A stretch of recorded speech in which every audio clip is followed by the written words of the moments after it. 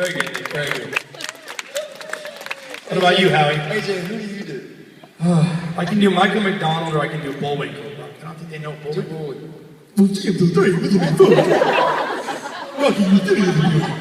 And for some reason I have to do the antlers when I do it. I don't know why.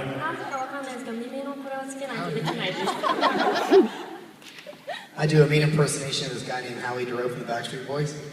Especially when he's had a couple drinks, I can do a really good impersonation of him.